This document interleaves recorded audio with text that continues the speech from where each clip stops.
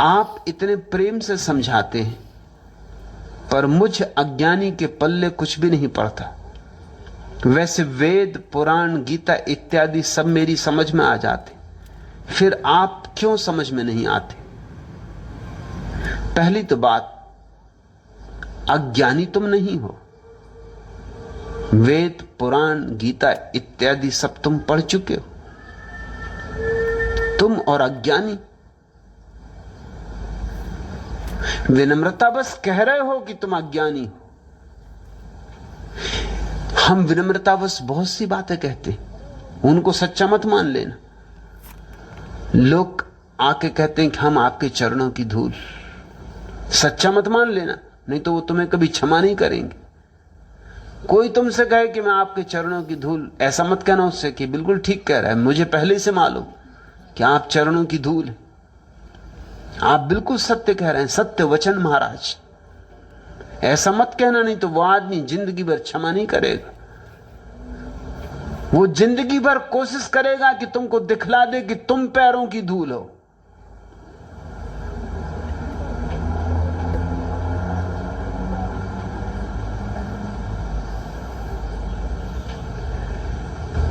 लोग कहते हैं मैं तो कुछ भी नहीं हूं, आपके सामने मैं क्या, लेकिन उनका भाव कुछ और है। वो ये कह रहे हैं प्रशंसा करो मेरी विनम्रता की, सम्मान करो, मेरे निरअहंकार भाव का। देखो क्या कह रहा हूं कि मैं तो कुछ भी नहीं। एक चौराहे पर 3 ईसाई फकीर मिले। 3 अलग अलग ईसाई संप्रदायों के अनुयायी थे वे। एक था कैथोलिक। उसने कहा कि जहां तक ज्ञान का संबंध है, हमारे आश्रम वासियों का कोई मुकाबला नहीं। हमारे आश्रम की सारी साधना ही ज्ञान साधना है। जैसे शास्त्रज्ञ हमारे आश्रम ने पैदा किए और किसी आश्रम ने पैदा नहीं किए। इस बात को तो स्वीकार दुश्मनों को भी करना पड़ेगा। दूसरा था प्रोटेस्टेंट। उसने कहा यह बात ठीक है, शास्त्रों में हमारी बहुत गति नहीं, हमारी बहुत रुचि भी नहीं। शास्त्रों में धरा क्या है? हमारा जोर तो त्याग पर है। त्याग ही असली धर्म है। और जहां तक त्याग, तपश्चर्या, व्रत, उपवास का संबंध है, हमारा कोई मुकाबला नहीं।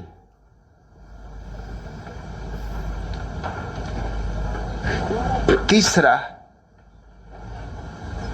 ईसाइयों का एक संप्रदाय है ट्रेपिस्ट।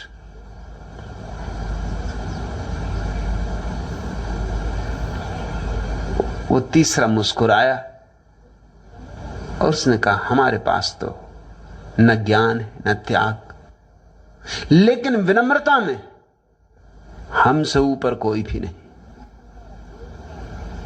विनम्रता में हमसे ऊपर कोई भी नहीं। विनम्रता में हमारा कोई मुकाबला नहीं। विनम्रता में हमसे कोई ऊपर नहीं, ऐसी बात तो फिर विनम्रता भी अहंकार की ही घोषणा हो गई। फिर तो विनम्रता भी अहंकार का ही आभूषण हो गई। फिर तो विनम्रता अहंकार का नया बचाव हो गई, नया छिपाव हो गई। और सबसे सुंदर छिपाव, दिखाई ही नहीं पड़ेगा। अहंकार ऐसा छिपा, अब तुम इसे पकड़ ही नहीं पाओगे, ऐसा सूक्ष्म हो गया। स्वरूपानंद, ऐसा तो कहो ही मत कि मैं अज्ञानी हूं। अज्ञानी होना आसान मामला नहीं। अज्ञानी होना बड़ी साधना है। उनको मैं अज्ञानी नहीं कहता जिन्होंने गीता, वेद, कुरान नहीं पढ़े, वे अपढ़ हैं। और उनको मैं ज्ञानी नहीं कहता जिन्होंने वेद, कुरान, बाइबल पढ़े, वे पठित थे।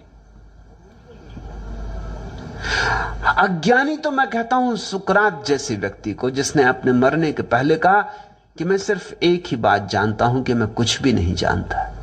यह है अज्ञानी। मगर ऐसा अज्ञान ही तो ज्ञान का पहला चरण है, जो यह कह सके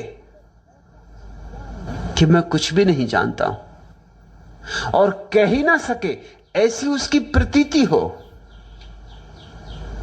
यह भी अहंकार का दावा ना हो, यह अहंकार का विसर्जन हो, तो फिर ज्ञान अपने आप बरस जाता है। अज्ञान ज्ञान से मुक्त होने से मिलता है। अज्ञान ज्ञान से ऊपर की अवस्था है। उपनिषद ठीक कहते हैं। उपनिषदों में एक बहुत अद्भुत वचन है, जैसा दुनिया के किसी शास्त्र में कहीं भी नहीं। उपनिषदों में एक वचन है कि ज्ञानी तो भटकते ही हैं, अज्ञानी तो भटकते ही हैं, लेकिन ज्ञानी और महा अंधकार में भटक जाते। अज्ञानी भटकते, ये तो समझ में आने वाली बात है। सभी साधु संत, पंडित, पुरोहित कहते हैं अज्ञानी भटकते, लेकिन उपनिषद कहता है कि ज्ञानी तो और महा अंधकार में भटक जाते। कौन ज्ञानियों की बात हो रही?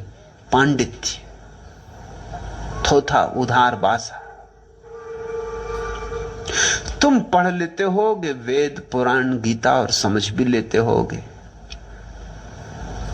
लेकिन जब तुम वेद पढ़ते हो तो तुम वेद के ऋषियों को समझ सकते हो?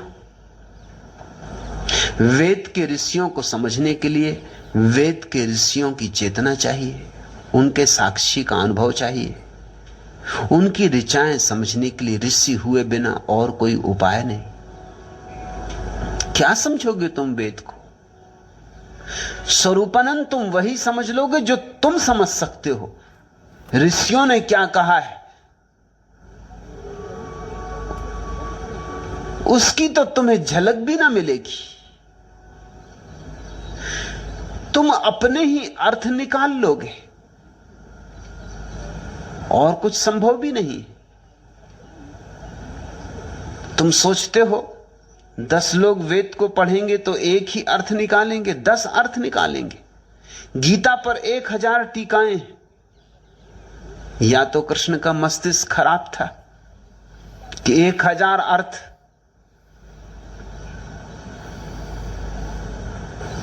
और या फिर कृष्ण का तो एक ही अर्थ रहा, लेकिन निकालने वालों ने 1000 निकाल लिए।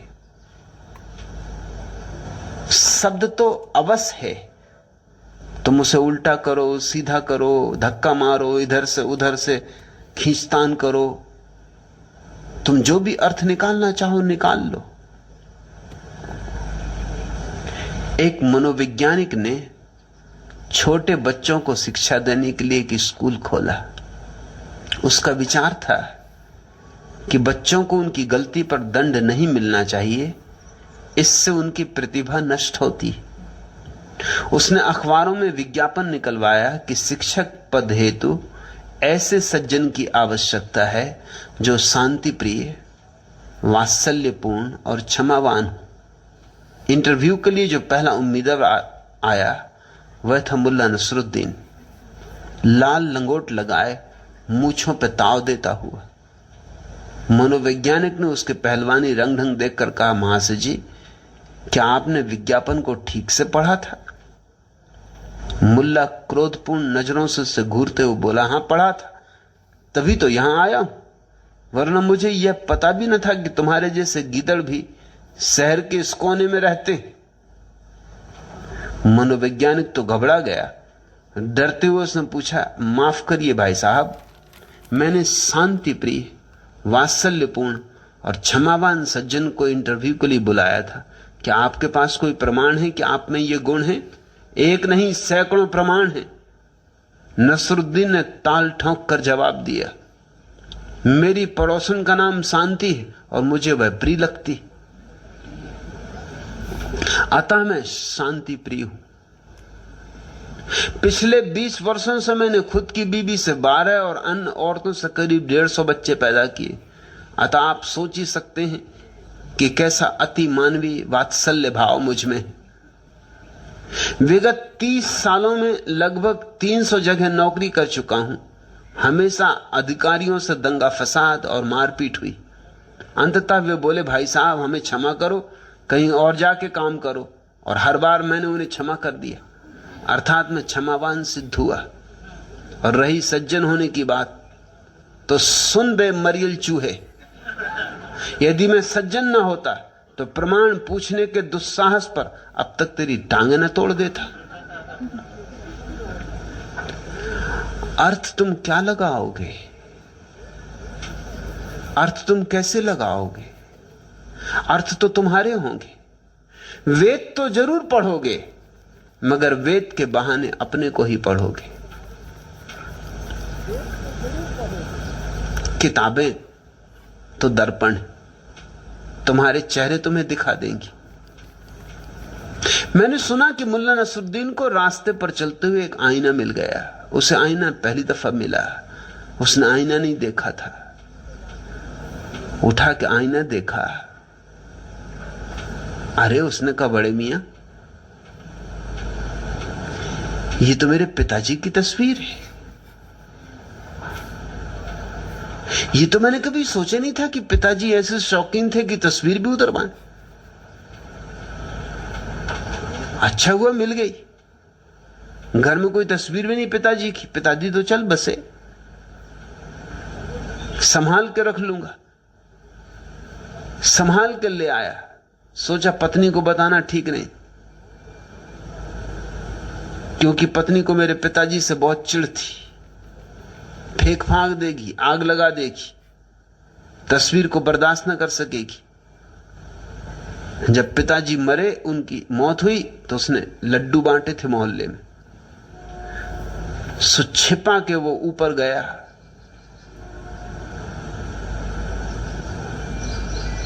एक पिटारी में उसने आईने को छिपाने की कोशिश की, लेकिन पत्नियों से कोई पति कभी कुछ छिपा पाया? अब तक तो ये नहीं हुआ। सदियां बीत गईं, मगर कोई पति पत्नी से कुछ नहीं छिपा पाया। हर पति छिपाने की कोशिश करता है, हर पति पकड़ा जाता है। वो जितनी कोशिश करता है उसी में पकड़ा जाता है। कोशिश में दिखाई पड़ जाता है कुछ छिपा रहे हो। मुल्ला नसरुद्दीन का चोरी चोरी घर में घुसना, दबे पांव भीतर आना, पत्नी समझ गई कि कुछ मामला है। बच्ची आंख देखती रही। मुल्ला जब खाना खा पी के सो गया तो ऊपर गई, खोली पिटारी, निकाला आईना, देखा, बोला अच्छा तो इस चुड़ैल के पीछे पड़ा है। आईना तो उसी चेहरे को बता देगा जो उसमें झांकेगा। मुल्ला समझा पिताजी की तस्वीर, पत्नी समझी कि इस चुड़ैल के पीछे पड़ा है। तुम वेद पढ़ोगे स्वरूपानंद, तुम अपने को ही पढ़ोगे। तुम गीता पढ़ोगे, अपने को ही पढ़ोगे। तुम होश में कहां हो? तुम अभी बेहोश हो। तुम्हारी बेहोशी ही वहां झलकेगी। इसलिए कुरान पुराण पढ़ना आसान, क्योंकि कुरान रोक नहीं सकती, पुराण रोक नहीं सकता कि ठहरो स्वरूपानंद तुम गलत पढ़ रहे हो, ये प्रयोजन नहीं है, ये अर्थ नहीं।